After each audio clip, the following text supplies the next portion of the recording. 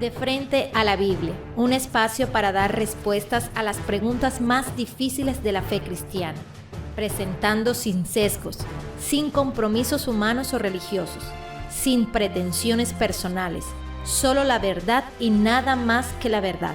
De frente a la Biblia. Pero fuera de allí no hay bíblicamente una sola mención más para que una persona sea llamada al apostolado. De hecho, no existe.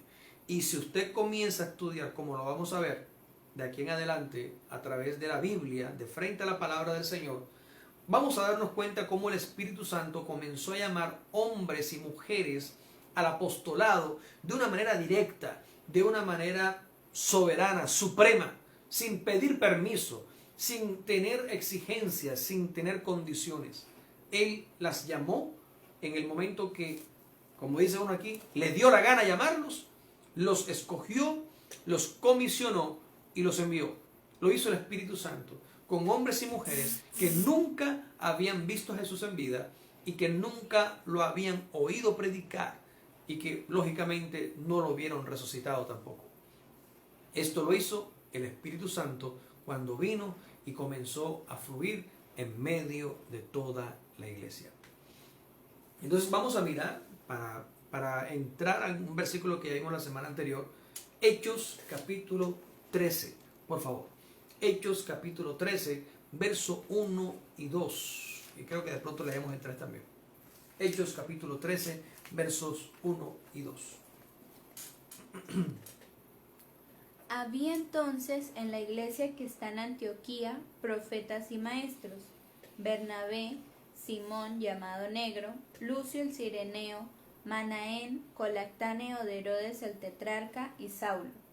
Mientras ellos estaban sirviendo al Señor y ayunando, dijo el Espíritu Santo: Apartadme a Bernabé y a Saulo para la obra a la que los he llamado.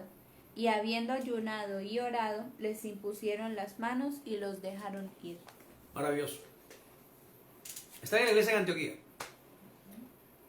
Dice que hay profetas y maestros.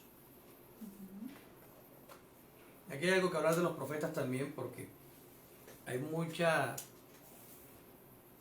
predicadores de hoy que ignoran las escrituras y que dicen que los profetas en la iglesia no existen porque los profetas fueron hasta Juan. Hay un versículo que dice los profetas, la ley y los profetas son hasta Juan, y eso está fuera del contexto de la iglesia. Son palabras de Jesús exclusivamente para Israel, pero de eso hablaremos otro día. Pero este versículo de Hechos capítulo 13 verso 1 y 2 dice que había profetas y había maestros en la iglesia de Antioquía. ¿Qué va a hacer usted, amigo, que niega la existencia de los profetas en la iglesia? ¿Qué va a hacer? Ahí está. Hechos capítulo 13 versículo 1. ¿Qué va a hacer usted, amigo, que niega la existencia del ministerio de la maestría, de los maestros en la iglesia? Ahí está. Habían, y note esto, que es lo más elegante también. No había evangelistas y no había pastores en la iglesia. ¡Qué maravilla! En la iglesia de Antioquía no había pastores y no había evangelistas, que son los que tienen hoy la iglesia acaparada. Los pastores dicen, no, solamente los pastores, los demás ministerios no sirven. Y los pastores más liberales permiten que haya evangelistas también. Pero generalmente los pastores de hoy no dejan a los evangelistas tampoco, porque le dividen la iglesia.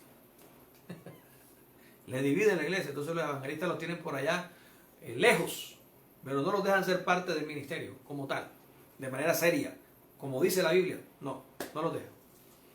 Y si hablo de profetas, menos. Dicen que los profetas ya no existen. Pero la Biblia dice, Hechos capítulo 13, que en la iglesia de Antioquía, después de venir el Espíritu Santo, había profetas y había maestros. Me parece maravilloso cómo la palabra del Señor se encarga de mostrar de manera amplia, diáfana, clara, pura, limpia, transparente, la verdad, para que todo aquel que la oiga entienda.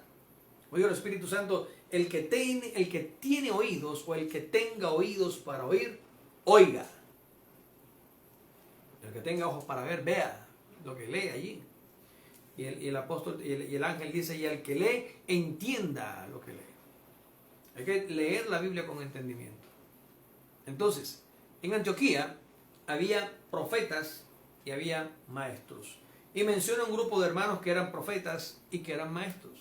Hablan de Bernabé, hablan de Lucio, hablan de el hermano Níger, que le dicen el negro,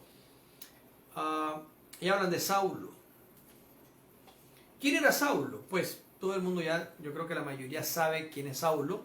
Saulo era un instruido e iluminado alumno de Gamaliel, de la tribu de Benjamín, muy celoso de las costumbres judías y de las tradiciones de Israel, que se encargó de perseguir y de asolar a la iglesia porque predicaban a Jesús de Nazaret.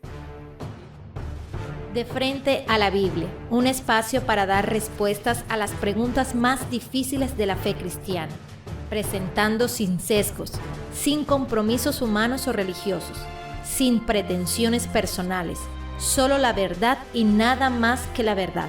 De frente a la Biblia,